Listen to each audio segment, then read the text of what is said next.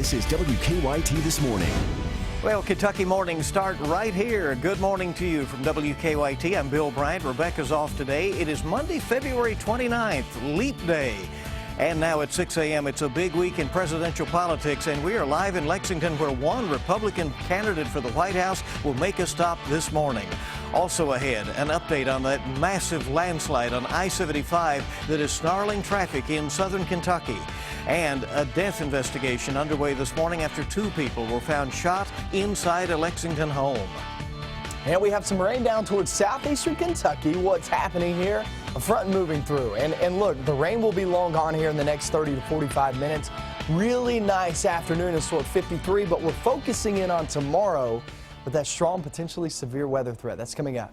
All right, we'll see you in just a little bit, and we thank you. And leading our news this morning, the race for the White House could take a decisive turn this week. Tomorrow is Super Tuesday, where there are more than 1,500 delegates up for grabs for the remaining 5 presidential candidates on the Republican side. Today, candidate Dr. Ben Carson will hold a town hall event in Lexington as he looks for a way forward in this election. WKYT's Mark Barber is live with a preview of that. Mark, good morning.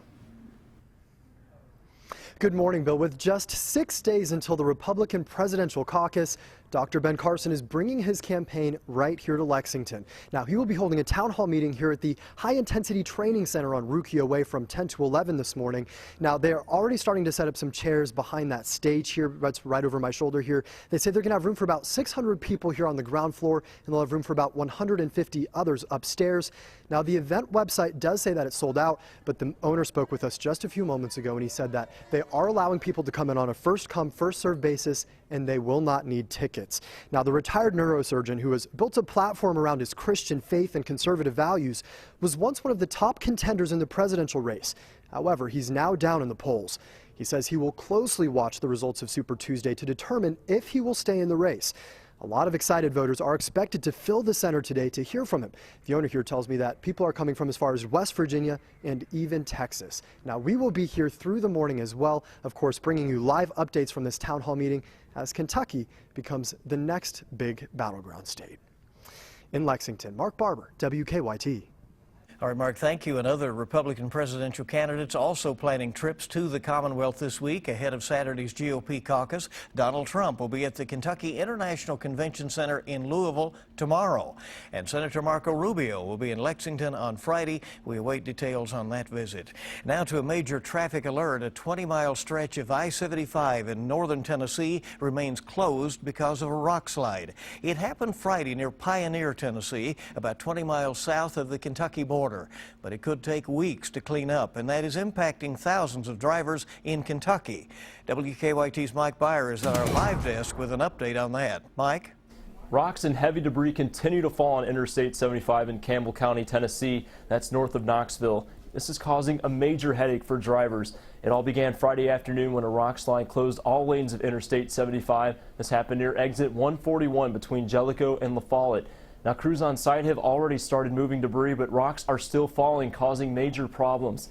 Geotechnical engineers are supposed to be on site today. The Tennessee Department of Transportation hopes to get project bids in order to stabilize the slide. According to TDOT, more than 30,000 drivers use the highway daily. So if you're heading south, be prepared for delays. We spoke with our sister station in Knoxville, WVLT. This morning, they tell us that the detour will add at least an hour to your trip. We're used to going somewhere, being there in 10 minutes. Now we're having to wait an hour to get home from church. Now, if you are traveling south today near the affected area, cars are being encouraged to take I-75 south to Jellicoe. From there, you'll have to get off at exit 160 and then get onto US 20 West. Eventually, you'll be able to get back on 75 south, but as I mentioned, it's just becoming a major headache. Now, this mess isn't expected to be cleared up anytime soon. TDOT says this is going to be a long-term closure, meaning weeks and not days. At the live desk, Mike Byer, WKYT. All right, a major inconvenience for people needing to go that way. Thank you very much, Mike. A woman is dead and a man fighting for his life this morning after a shooting inside a Lexington home. Police say a relative found the victims yesterday morning at a house on Pittman Creek Court on the southeast side of the city. Police think one of the victims was the shooter. They are not saying who shot whom, but the man and woman are in their 30s. Their names have also not been released. A man is recovering after being stabbed in the chest in Lexington. Police say the man walked into the fire station on East 3rd Street. He said someone had stabbed him on Upper Street. He was taken to the hospital with non-life-threatening injuries, and no arrests have been made.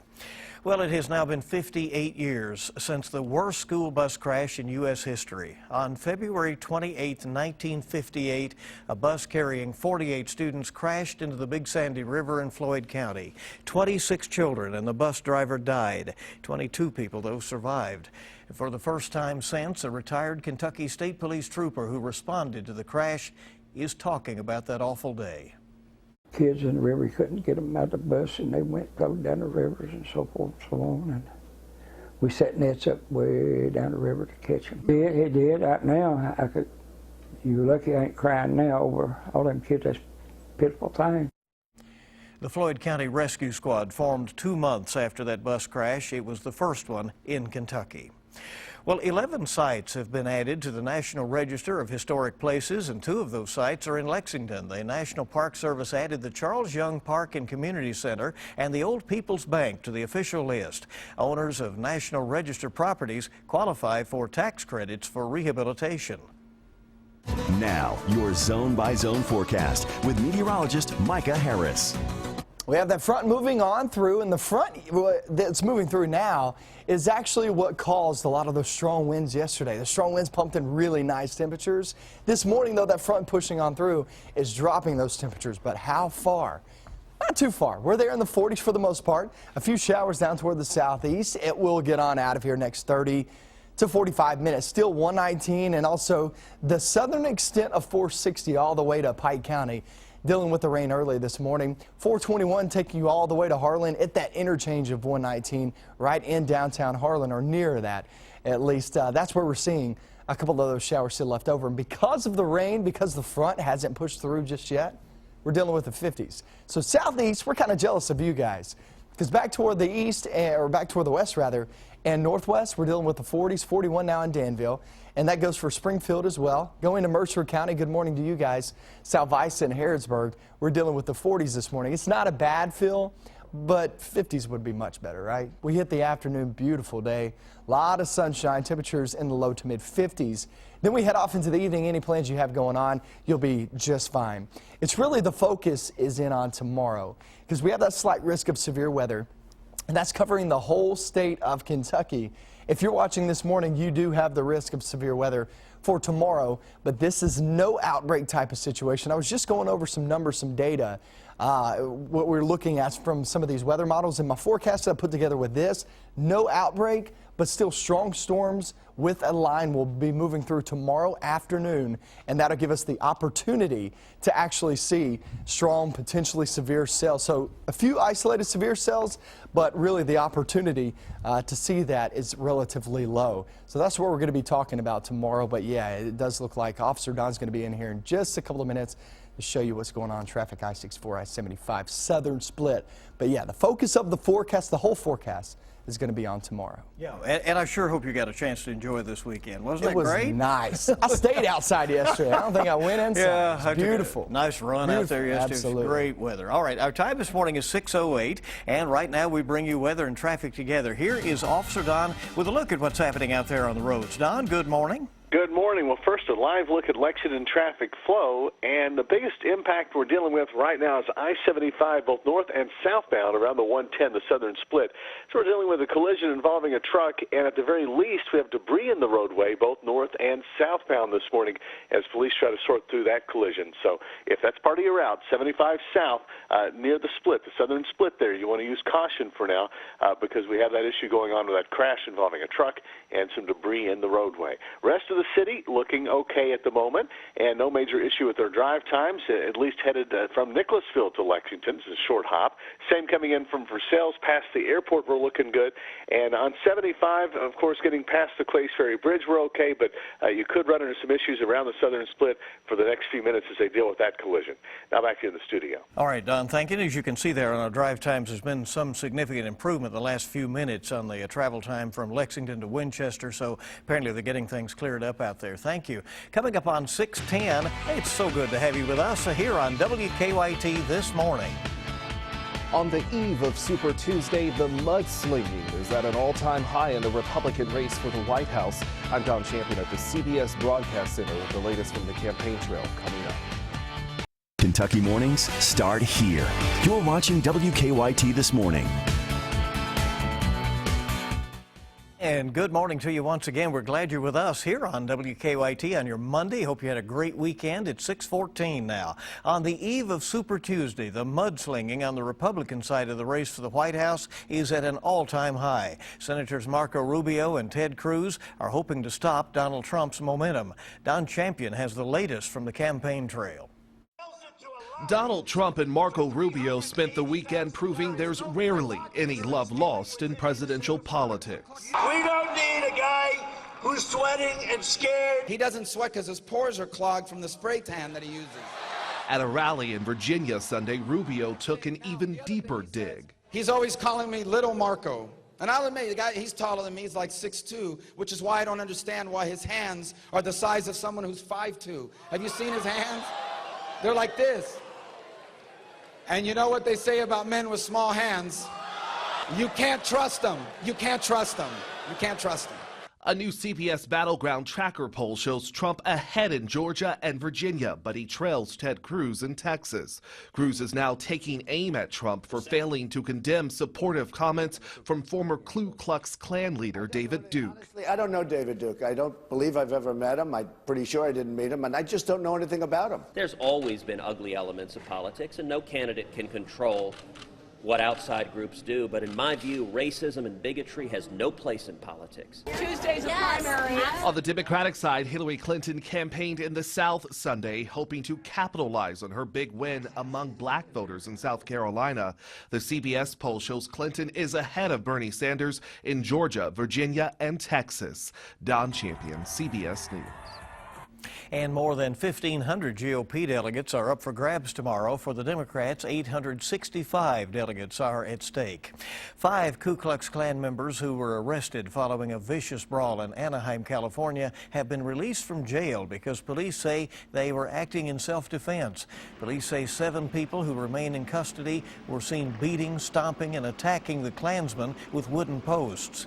The clash erupted after 6 Klan members arrived at a park on Saturday for a planned anti-immigration rally. Police say the Klansmen stabbed 3 counter-protesters. An Army staff sergeant suspected of killing a rookie Virginia police officer is expected to be arraigned today on murder charges. Ronald Hamilton allegedly opened fire on officers who were responding to a domestic violence call outside of Washington Saturday, killing Ashley Gwendon. It was on her very first day on the job. County attorneys plan to seek the death penalty in the case. An American student being detained in North Korea is apologizing for trying to steal a political banner. The 21-year-old was presented before the media today, saying that he wanted the banner as a trophy to give to the mother of a friend. North Korea announced in late January that it had arrested the University of Virginia undergraduate student. The newspaper drama Spotlight won the Best Picture of the Year at the Academy Awards. It's a film about the Boston Globe's investigative reporting on sexual abuse by Roman Catholic priests. Best Actor went to Leonardo DiCaprio in The Revenant, and Best Actress went to Brie Larson, the 26-year-old breakout of the mother-son captive drama Room. The Best Supporting Actor awards went to Alicia Vikander for The Danish Girl and to Mark Rylance for Bridge of Spies. The time this morning is 6:17 on WKYT, and the happiest place on earth is raising prices and also setting a minimum seat size for airlines. That is are a couple of stories in the news this morning, and Jill Wagner has the latest on your money. U.S. markets open today after their second strong week in a row. Could be a rough start today, though. Chinese markets plunged this morning after G20 leaders failed to implement a plan to spur global economic growth. On Friday, it was a mixed finish. The Dow fell 57 points. The Nasdaq was up 8. Disney wants to cut down on crowds. For the first time, Disney World and Disneyland are raising ticket prices up to 20% for the busiest days, like holidays and weekends. The changes apply to single-day tickets only. There is a new plan to stop airlines from stuffing even more passengers into coach. New York Senator Charles Schumer says he's adding an amendment to an FAA bill that would require the agency to set a minimum seat size for airlines. And Apple is expected to release its newest iPhone at the end of March. The phone will reportedly have a smaller 4-inch screen and look identical to the iPhone 5S except for curved edges. It will likely not include the 3D touch feature. Tech experts say the move could satisfy users who like Apple's smaller phones but want longer battery life. And that is your CBS Money Watch report. For more, follow me on Twitter at Jill Wagner, CBS. At the New York Stock Exchange, I'm Jill Wagner. Well, it's great to have you with us on WKYT this morning, and we are just getting started. It's your Monday. Let's make the best of it. 6:19 right now. He's one of the greatest quarterbacks of all time. But will Super Bowl champ Peyton Manning be returning for another season? Just go out on top, right? Storms and also a little bit of snow is in our forecast for tomorrow. Today, that front's pushing on through. Beautiful day in store. So we have a lot to talk about for tomorrow coming up. Good morning. Welcome back into WKYT this morning, 6:22 on your Monday. It sure is Monday. Republican presidential candidate Dr. Ben Carson is making a campaign stop today in Lexington, and that's what's trending at this hour. It will be Carson's first appeal to Kentucky voters on why he should be named the Republican presidential nominee. The retired neurosurgeon will be speaking at a town hall meeting at 10 o'clock this morning. A 20-mile stretch of I-75 remains closed near the Kentucky-Tennessee border. It's because of a major rock slide. Crews say both northbound and southbound lanes could be closed for weeks. You can find information about detours on WKYT.com. And we're getting our first look now at the traffic backup on I-75 in Lexington. This is near exit 110 in the northbound lanes there near the southern split. Traffic is moving but slow, as you can see. I talked to Lexington Police just a few minutes ago. They say they're working fast to try to clean it up ahead of the morning rush hour. But again, traffic is slowed on I-75 as you look live this morning due to a moving van that lost its load there on the interstate. Quick check of the forecast now. After a terrific weekend, we have some things to go through. Here's Micah Harris. Yeah, and you saw that on that cam right there that we were showing there on I-64, I-75 Southern Split. It's starting to back up, so you know the more people that get going on that roadway, it's going to be backed up even farther. So just keep that in mind as you're traveling this morning. Defender Radar Network, a couple of sprinkles, light showers still off into the mountainous regions down in southeast Kentucky. Another 30 minutes, it'll be long gone. Temperatures are there in the 40s and 50s. Kind of depends on where you are. But south, far southeast, that's where we're holding on to the 50s once that front moves through the next 30, 45 minutes. Then you'll be with everybody else in the 40s. But it's 41 degrees right now in Danville and Richmond. Lancaster and also London. Going to Renfro Valley, we're holding on to temperatures there in the 40s. Rain is exiting the region down southeast. But we get into the afternoon, let me tell you, lunchtime is really nice, right around 50 degrees. The skies will be clearing, and you'll see plenty of sunshine later on this afternoon, Bill. It's going to be a beautiful day in store. But I will tell you this, we're still focusing in on those storms for tomorrow with the potential for some severe weather. And I'm going to break down the timing on that hour by hour in my next full forecast. All right, we'll keep watch on that. Thank you, Micah. Peyton Manning is reportedly ready to retire. The Denver Post is citing two sources this morning as saying the soon-to-be 40-year-old will call it quits by the end of the week. If true, Manning would retire on a high note after winning Super Bowl 50. A five-time league MVP, Manning is one of the greatest NFL quarterbacks to ever play the game. He spent 14 seasons with the Indianapolis Colts before moving to Denver in 2012. A Georgia man has unofficially set a Guinness World Record for having the largest toy soldier collection. Jonathan Waters had two judges verify his collection at 120,000 unique soldiers, besting the previous record by almost 400. It took 5 hours to set up all the pieces, but Waters says being a world record holder makes it all worth the time and effort he put into it. Pretty excited about it. Pretty excited about it. We won't be totally excited until I get the certificate from London, of course, but pretty excited about it, yes. And Waters hopes to have his record verified by Guinness in about 2 weeks when he can really celebrate. 6:26 is the time, Monday morning on WKYT. So good to have you along with us. A lot more coming up. How some firefighters in Nicholasville are now rallying around a Lexington firefighter who is battling cancer. Tuesday night's Mega Millions jackpot, $135 million. Wednesday night's Powerball jackpot is $292 million. Kentucky mornings start right here on WKYT.